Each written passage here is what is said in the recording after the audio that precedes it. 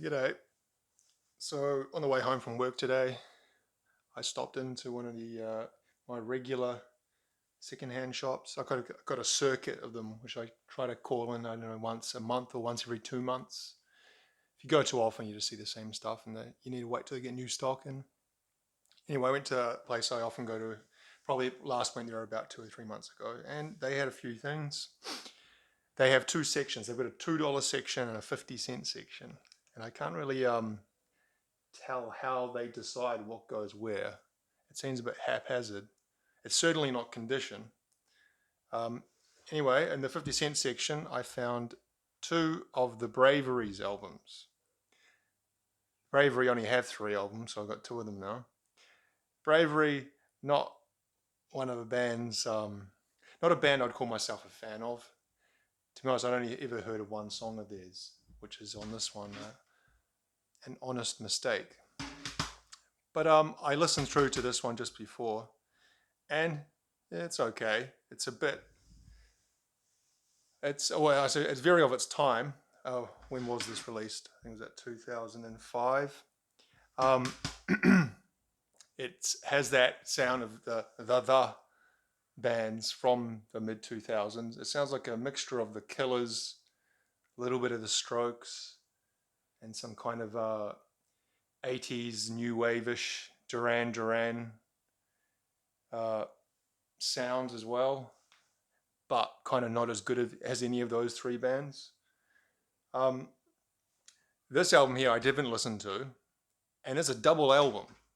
Who would have thought the Bravery did a double album? But they did. 2008, The Sun and the Moon, complete. I haven't listened to this yet, but 50 cents for a double album.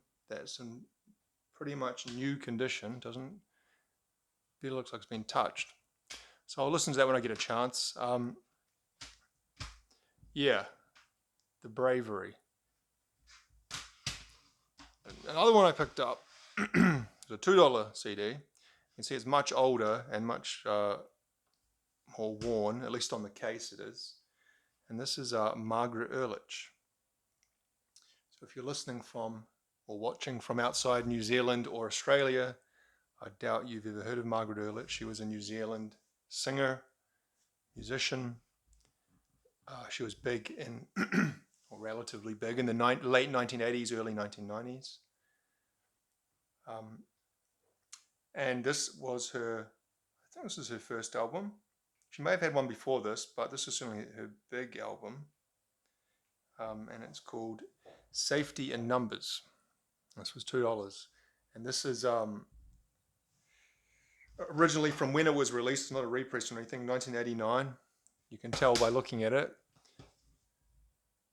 And something that I found quite cool, well, for me at least, as someone who lives in the city, checked by Parnell Records, 279 Parnell Road.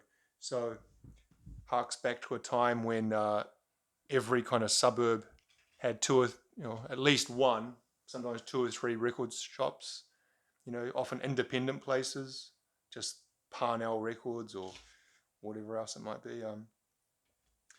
And then those kind of went away, and they were replaced by more of the chains. And then the chains went, and now there's basically nothing. There's literally a handful of record stores in this whole city, a city of 1.5 million people. I can count about 5 or 6 places, or 5 or 6 places of note, at least. Anyway, that was just a bit of nostalgia. But this album is I guess you would class it as pop music. It sounds of its time also, late 1980s. The big song on that was, as it says on the sticky here, Escaping. That was her hit single. And that song is a good song. It's a good pop record. It has, when I was listening to it, I was trying to think, well, what does this remind me of? I couldn't place it, which is something I found I can't often do, where I'll be listening to something, I think, man, this really sounds like something, or this has the sound of stylistically something else, or production-wise, but I can never grasp it at the time I'm listening. One thing I thought is it has a kind of Michael Jacksonish, I don't know, something to it, especially the song Human Nature. In Human Nature, there's that middle part that put me in mind of this song for some reason. Maybe it was just the production, I don't know. But the other song that was you still hear on the radio nowadays, or at least certain radio stations, is that "Remember When We Danced All Night," #1. So yeah, it's just female pop. I don't know how else to put it. Of that time. The other week I did a video about Suzanne Vega, and I was saying, comparing her to other female singers of that time, like Belinda Carlisle. I can't say who else I said, can't remember. But yeah, I'd say it fits in with that. Belinda Carlisle, Whitney Houston, not as dance oriented as Madonna, but yeah, poor Margaret Urlich, she passed away. Was it late last year? I think.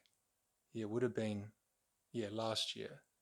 She'd been unwell for a few years. Apparently, I didn't know that at the time, but it was on the news here. And she was also in another pop group, New Zealand pop group, When the Cat's Away, in the late 80s. I remember her in that. There was a whole bunch of female vocalists together in that girl group. And she is, I remember her, I think it was her brother, I shouldn't say it is her, I'm pretty sure it was her brother, Pat Urlich, who used to be on Max TV. He used to do the Saturday night rock show, I think. And I think he was on Radio Hierarchy as well, which is a radio station here. And her cousin, apparently, I know this is her cousin, is Peter Urlich, who was a DJ. Don't know what else he does. That's right, he was in The Dudes. Oh, just remember. He was in The Dudes, which is a famous, in New Zealand, again, I should always qualify by saying famous in New Zealand.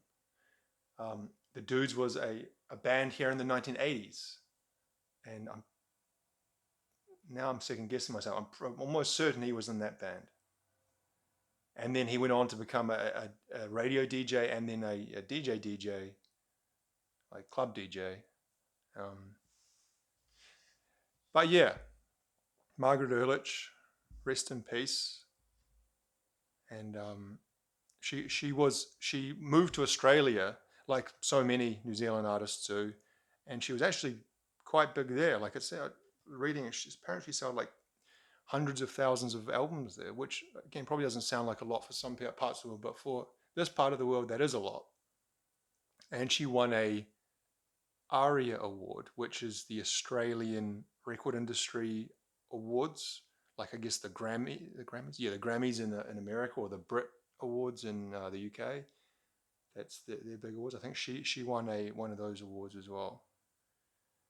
So yeah, glad to find this for $2 in booklets and near new condition. A lot of these, like a lot of people buy CDs and they're not getting the booklet out and opening it and reading through it, are they? So it's almost perfect condition.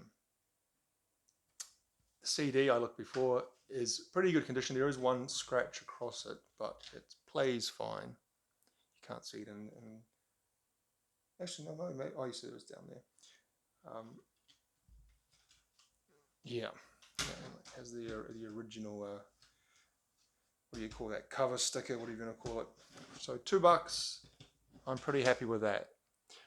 If I find certain stuff, New Zealand stuff from a certain time era, say about the mid 80s through the mid 2000s, I'll usually pick it up.